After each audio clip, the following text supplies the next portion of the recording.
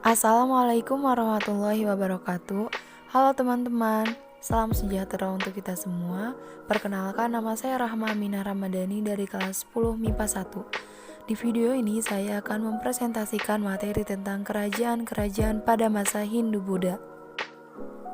Perkembangan kehidupan masyarakat dan budaya Hindu-Buddha di Indonesia. Agama Hindu dan Buddha berasal dari India, kemudian menyebar ke Asia Timur. Awal abad Masehi, jalur perdagangan tidak lagi melewati jalur darat tetapi beralih ke laut, sehingga secara tidak langsung perdagangan antara Tiongkok dan India melewati Selat Malaka. Untuk itu Indonesia berperan aktif dalam perdagangan ini. Hal inilah yang menjadi salah satu penyebab masuknya budaya India maupun Tiongkok ke Indonesia. Tetapi kebudayaan asli Nusantara telah tumbuh dan berkembang dalam kehidupan masyarakat Indonesia. Bangsa Indonesia yang sebelumnya memiliki kebudayaan asli tidak serta-merta menerima kebudayaan. Sistem ekonomi pada masa Hindu-Buddha. Pengaruh India dalam bidang ekonomi tidak begitu besar sebab sejak masa praaksara penduduk Nusantara telah mengenal tradisi agraris, perdagangan, dan pelayaran. Pada zaman prasejarah, penduduk Indonesia sanggup loh mengarungi lautan lepas. Pada masa Hindu-Buddha, kegiatan perdagangan dibagi menjadi dua, yaitu yang pertama ada perdagangan maritim dan yang kedua ada perdagangan agraris. Perdagangan agraris ini biasanya dilakukan kerajaan yang berada di pedalaman seperti Kerajaan Kutai, Tarumanegara, Mataram kuno, Kediri, dan Singasari. Wilayah Kerajaan Hindu-Buddha. Salah satu kerajaan Hindu-Buddha di Indonesia yang pertama kali berdiri adalah Kerajaan Kutai. Kerajaan ini menjadi salah satu cikal bakal perkembangan kerajaan Hindu-Buddha di Indonesia. Kerajaan Hindu-Buddha terakhir yang berdiri di wilayah Nusantara adalah Kerajaan Majapahit. Kerajaan Kutai. Kerajaan ini berlokasi di Kalimantan Timur sekitar aliran Sungai Mahakam. Kerajaan ini menjadi kerajaan tertua di Indonesia yang berdiri pada abad keempat. Kerajaan Tarumanegara. Kerajaan ini berlokasi di tepi Sungai Citarum yang saat ini telah masuk dalam wilayah Kabupaten Lebak, Banten. Kerajaan Kalingga. Letak kerajaan ini berada di pantai utara Jawa Tengah antara Kabupaten Pekalongan dan Jepara. Keempat ada Kerajaan Sriwijaya. Kerajaan Sriwijaya diduga kuat berada di kota Palembang, Sumatera Selatan. Dugaan tersebut didukung dengan banyaknya prasasti dan situs Sriwijaya yang ditemukan di sekitar Palembang. Kerajaan Mataram kuno. Kerajaan Mataram kuno berdiri di Jawa Tengah bagian selatan pada abad ke-8, kemudian pindah ke Jawa Timur pada abad ke-10. Di Jawa Tengah, letak Kerajaan Mataram kuno diperkirakan terletak di Bumi Mataram. Bumi Mataram ini sebutan lama untuk daerah Yogyakarta. Kerajaan Kediri. Kerajaan Kediri terletak di daerah Jawa Timur, berpusat di Daha atau sekitar kota Kediri. Pusat Kerajaan Kediri terletak di tepi Sungai Berantas.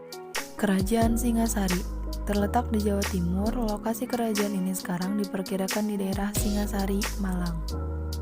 Kerajaan Majapahit. Pada awal berdiri, Kerajaan Majapahit terletak di Mojokerto, Jawa Timur, dan dianggap sebagai kerajaan terbesar karena wilayahnya mencakup hampir seluruh wilayah Nusantara. Kerajaan Buleleng dan Kerajaan Dinasti Warmadewa di Bali. Kerajaan Buleleng terletak di Bali Utara. Berbagai wilayah yang terdapat di Bali Utara disatukan oleh I Gusti Anglurah Panji Sakti sehingga menjadi sebuah kerajaan. Kerajaan Dinasti Warmadewa berpusat di Buleleng, Bali bagian utara, letaknya di pesisir Laut Singaraja, Bali. Yang ke-10 ada Kerajaan Tulang Bawang. Letak Kerajaan Tulang Bawang diperkirakan berada di wilayah yang sekarang disebut Kabupaten Tulang Bawang, Provinsi Lampung. Dan yang terakhir ada Kerajaan Kota Kapur. Lokasi Kerajaan Kota Kapur berada di Pulau Sumatera, lebih tepatnya di Desa Kota Kapur, Kecamatan Mendo, Kabupaten Bangka, Provinsi Bangka Belitung. Realitas individu dan hubungan sosial di masyarakat pada masa Hindu-Buddha. Munculnya perbedaan yang tegas antar kelompok masyarakat. Masyarakat Hindu memperkenalkan sistem kasta yang dianut oleh kerajaan-kerajaan yang bercorak Hindu di Indonesia. Sistem kasta membagi dan membedakan masyarakat berdasarkan fungsinya. Masuknya kebudayaan Hindu menjadikan masyarakat Indonesia mengenal aturan kasta, yaitu kasta Brahmana, kaum pendeta dan sarjana, kasta kesatria, para prajurit, pejabat dan bangsawan, kasta waisya, pedagang, petani dan pemilik tanah dan juga prajurit, kasta sudra, rakyat jelata dan pekerja kasar. Namun, unsur budaya Indonesia lama masih tampak dominan dalam semua lapisan masyarakat. Kerajaan-kerajaan pada masa Hindu-Buddha. Kerajaan Kutai. Kerajaan Kutai merupakan kerajaan pertama di Indonesia yang berdiri sekitar abad ke-5. Letak kerajaan ini di tepi Sungai Mahakam, Kutai, Kalimantan Timur. Wilayah dari Kerajaan Kutai meliputi sebagian besar wilayah Kalimantan Timur. Adanya bukti 7 buah prasasti Yupa ini menandakan bahwa bangsa Indonesia sudah meninggalkan zaman praaksara. Kerajaan Kutai mencapai puncak kejayaannya pada masa Raja Mulawarman.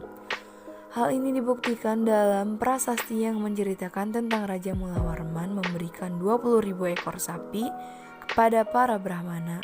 Kerajaan Kutai runtuh sekitar abad ke-13 setelah ditaklukkan oleh Kerajaan Kutai Kartanegara yang bercorak Islam.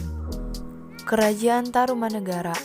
Kerajaan Tarumanegara adalah kerajaan Hindu tertua kedua di Indonesia. Keberadaan Kerajaan Tarumanegara ini diperkuat dengan adanya berita Tiongkok dan berita dari seorang pendeta Kashmir yang mengatakan bahwa agama yang dianut rakyat Taruma adalah Hindu. Kerajaan Tarumanegara didirikan oleh Raja Diraja Guru Jaya Singhawarman dan dilanjutkan oleh Dharmayawarman Purnawarman. Pada masa kepemimpinan Purnawarman, Kerajaan Tarumanegara mencapai puncak kejayaannya. Hal ini dibuktikan dengan 7 prasasti yang ditemukan, dan dari prasasti-prasasti itu kita bisa melihat kemakmuran Kerajaan Tarumanegara. Tapi sayangnya kemakmurannya harus diikuti oleh kemundurannya, sehingga Kerajaan Tarumanegara dipisah menjadi 2 kerajaan, yaitu Kerajaan Sunda dan Kerajaan Galuh. Yang keempat ada Kerajaan Sriwijaya. Diperkirakan Kerajaan Sriwijaya didirikan pada abad ke-7 Masehi dan menganut kepercayaan Buddha di Sumatera Selatan. Bukti tentang Kerajaan Sriwijaya tersebut pun masih berkembang sampai abad ke-14 Masehi dari adanya beberapa buah prasasti yang ditemukan di daerah tersebut. Bahkan di Bangka, Ligor, Malaysia, dan Nalanda, India Selatan juga ditemukan prasasti yang serupa. Namun, letak pasti wilayah pusat Kerajaan Sriwijaya sukar untuk dibuktikan, tetapi pengaruh serta kebesaran Kerajaan Sriwijaya sangatlah nyata. Kerajaan Mataram Kuno. Kerajaan Mataram Kuno atau Kerajaan Medang merupakan kerajaan yang didirikan oleh Rakai Mataram Sang Ratu Sanjaya sekitar abad ke-8. Kerajaan ini diyakini semula berkembang di wilayah Jawa Tengah dan Yogyakarta pada abad ke-8 sampai ke-10 Masehi. Dengan pusatnya ada di Poros Kedua Prambanan. Terdapat beberapa prasasti yang menjadi sumber informasi penting mengenai sejarah Kerajaan Mataram Kuno. Di antaranya adalah prasasti Canggal dan prasasti Matiasih. Dalam berkembangannya, Kerajaan Mataram Kuno dibagi menjadi 2 periode, yaitu Kerajaan Mataram Kuno masa Jawa Tengah dan Kerajaan Mataram Kuno era Jawa Timur. Kerajaan Kediri. Kerajaan Kediri merupakan salah satu kerajaan Hindu yang terletak di tepi Sungai Brantas, Jawa Timur. Kerajaan yang berdiri pada abad ke-12 ini merupakan bagian dari Kerajaan Mataram Kuno. Raja pertamanya bernama Sri Jayawarsa Dijaya Sastra Prabu yang menamakan dirinya sebagai titisan Wisnu. Sejarah berdirinya Kerajaan Kediri diawali dengan perintah Raja Airlangga yang membagi kerajaan menjadi 2 bagian, yakni Jenggala, Kahuripan, dan Panjalu Kediri yang dibatasi dengan Gunung Kawi dan Sungai Brantas. Tujuannya supaya tidak ada pertikaian. Kerajaan Singasari. Kerajaan Singasari adalah sebuah kerajaan di Jawa Timur yang didirikan oleh Ken Arok pada tahun 1222. Nama kerajaan Singasari sesungguhnya adalah Kerajaan Tumapel. Pada tahun 1253, Raja Wisnuwardana mengangkat putranya yang bernama Kartanegara sebagai Yuwaraja dan menggantikan ibu kota menjadi ibu kota Singasari. Kerajaan Majapahit. Kerajaan Majapahit merupakan salah satu kerajaan Hindu terbesar yang ada di Nusantara. Konon katanya, kerajaan inilah yang telah berhasil menyatukan seluruh wilayah di Indonesia.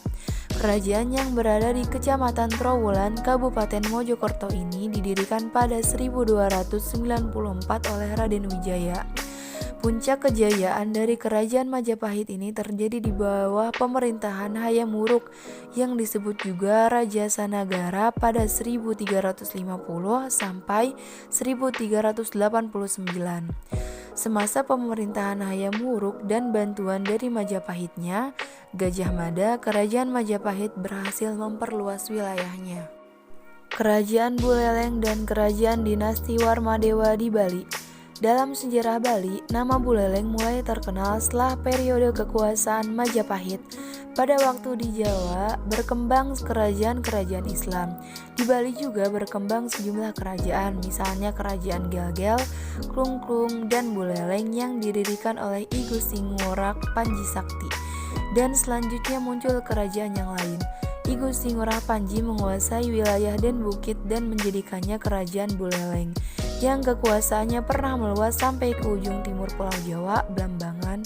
Setelah I Gusti Ngurah Panji Sakti wafat tahun 1704, Kerajaan Buleleng mulai goyah karena putra-putranya punya pemikiran yang saling berbeda. Kerajaan Dinasti Warmadewa.